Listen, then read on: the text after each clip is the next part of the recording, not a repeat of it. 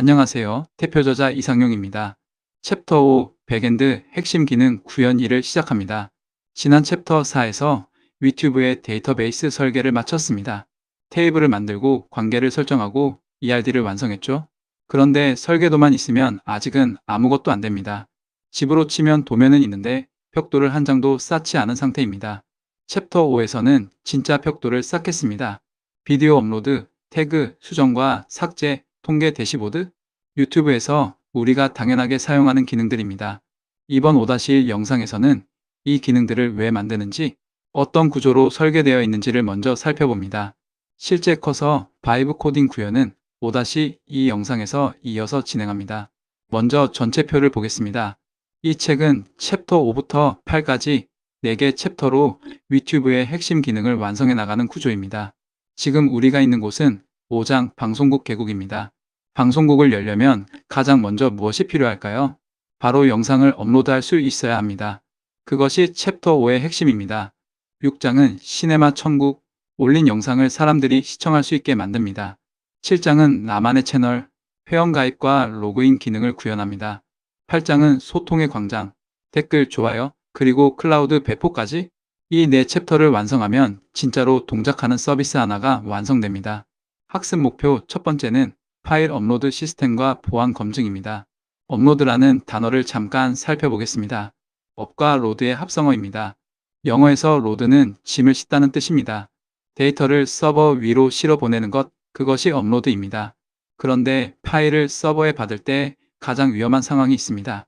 악성 파일이 올라오는 경우입니다. 예를 들어 누군가 mp4 대신 exe 파일을 올린다면 어떻게 될까요? 또는 파일 이름 안에 경로를 탐색하는 특수 문자를 넣는다면 이것이 실제 해킹 기법 중 하나인 경로 탐색 공격 패스 트래버설입니다. 그래서 파일을 받을 때는 반드시 3가지를 검사해야 합니다. 첫째, 확장자, mp4인지 확인합니다. 둘째, 파일 크기, 500메가를 넘으면 거부합니다. 셋째, 파일 이름, 위험한 문자가 없는지 확인합니다. 이것을 밸리데이션, 즉 검증이라고 합니다. 5-2에서 커서로 이 로직을 직접 구현합니다. 학습 목표 두 번째는 태그 시스템입니다. 해시태그 기억하시죠? 이 해시 기호의 역사가 흥미롭습니다. 원래는 라틴어 무게 단위를 줄여 쓰던 기호였는데 타자기 키보드에 올라가면서 지금의 모양이 됐습니다. 그리고 2007년 트위터에서 처음 해시태그로 사용하기 시작했습니다. 지금은 검색의 핵심 기능이 됐습니다. 기술적으로는 간단합니다. 사용자가 파이썬, 플라스크, 웹 개발처럼 쉼표로 구분해서 입력하면 그것을 잘라서 각각 DB에 저장합니다. 이 과정을 파싱이라고 합니다. 그러면 파이썬 태그를 클릭했을 때 관련 영상이 모두 표시됩니다. 이 구조를 5-2에서 직접 만들어 봅니다. 학습 목표 세 번째는 수정, 삭제와 파일 동기화입니다. 여기서 중요한 개념이 데이터 무결성인 데이터 인테그러티입니다. 인테그러티는 완전성, 정직성이라는 뜻입니다. 데이터가 거짓말하지 않아야 한다. 그것이 무결성입니다. 예를 들어 영상을 삭제했을 때 DB에서는 기록을 지웠는데 실제 파일이 서버에 그대로 남아있다면 어떨까요? 이것이 무결성이 깨진 상태입니다. DB는 없다고 하는데 실제 파일은 존재하는 상황입니다. 그래서 삭제 로직을 만들 때는 DB 삭제와 파일 시스템 삭제를 반드시 함께 처리해야 합니다. 이것을 클린업 로직이라고도 합니다. 5-2에서 이 구조를 코드로 구현합니다. 학습 목표 네 번째는 통계 대시보드입니다. 크리에이터 스튜디오를 아시나요? 유튜브에서 내 채널 조회수와 구독자 변화를 확인하는 그 페이지입니다. 그것이 어떻게 만들어지는지는 바로 집계 함수인 애그러게이션을 알면 됩니다. 애그러게이션은 라틴어 aggregare에서 왔습니다. 무리에 합친다는 뜻입니다. SQL에서는 count, sum, average 같은 함수들이 그 역할을 합니다. select count from videos where user id나 이퀄이 하나로 내 영상 총 개수를 바로 구할 수 있습니다. 5-2에서 이것을 AI 프롬프트로 만들어 봅니다. 5-2 수업이 끝났을 때 화면이 어떻게 되는지 미리 보겠습니다. 왼쪽 위는 비디오 업로드 폼입니다. 제목, 설명, 카테고리, 태그, 파일 선택까지 모두 있습니다. 오른쪽 위는 업로드 결과 화면입니다. 영상들이 카드 형태로 표시됩니다. 왼쪽 아래는 수정과 삭제 화면이고 오른쪽 중간은 태그를 클릭했을 때 관련 영상이 나오는 화면입니다. 가운데 아래가 통계 대시보드입니다. 총 영상 수, 조회수, 좋아요, 구독자 수가 한눈에 보입니다. 이 화면 전체를 5-2에서 커서로 만들겠습니다. AI에게 어떻게 프롬프트를 작성하는지가 핵심이고 그것이 바이브 코딩 수업의 목표입니다. 바이브 코딩의 특성상 여러분의 화면이 저와 조금 다를 수 있습니다. 그러나 기능은 동일하게 동작하니 걱정하지 않으셔도 됩니다. 이제 전체 지도를 보겠습니다. 시스템 아키텍처입니다. 아키텍처는 건축학에서 빌려온 단어입니다. 그리스어 ARCHI, 즉 수석이라는 뜻과 TAKTON, 건축가가 합쳐진 말입니다. 수석 건축가가 그리는 전체 설계도입니다. 소프트웨어에서는 시스템의 구조와 데이터 흐름을 그린 것입니다. 보시면 크게 세 덩어리로 나뉩니다. 맨이 클라이언트 계층입니다.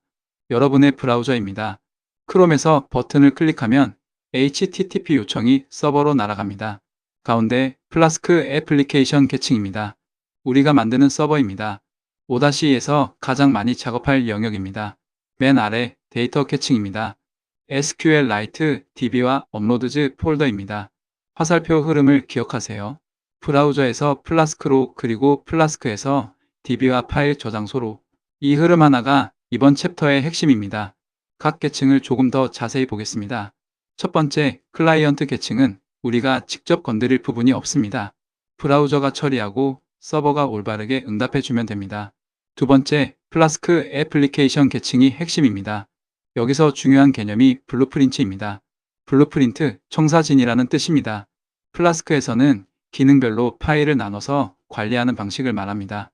osu.py가 로그인을 담당하고 comments.py가 태그를 담당합니다. 회사에서 부서별로 업무를 나누는 것과 같습니다.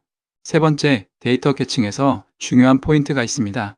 파일은 DB에 넣지 않습니다. 파일은 업로드즈 폴더에 따로 저장하고 DB에는 그 파일의 경로, 즉 주소만 저장합니다. 이유는 명확합니다. DB에 파일 자체를 저장하면 조회 속도가 현저히 느려집니다.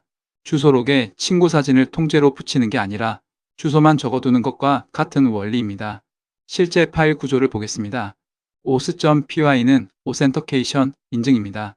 그리스어 AUTHENTIKOS에서 온 말로 진짜임을 증명하는 이라는 뜻입니다. 로그인과 회원가입이 여기에 들어갑니다. studio.py는 크리에이터 스튜디오입니다. 내 영상 관리, 수정, 삭제를 담당합니다. 5-2에서 가장 많이 작업할 파일입니다. uploads.py는 파일 제공자입니다. 실제 영상 파일을 브라우저에 전달하는 역할을 합니다. 그리고 맨 아래 models.py는 모든 파일들의 공통 설계도입니다.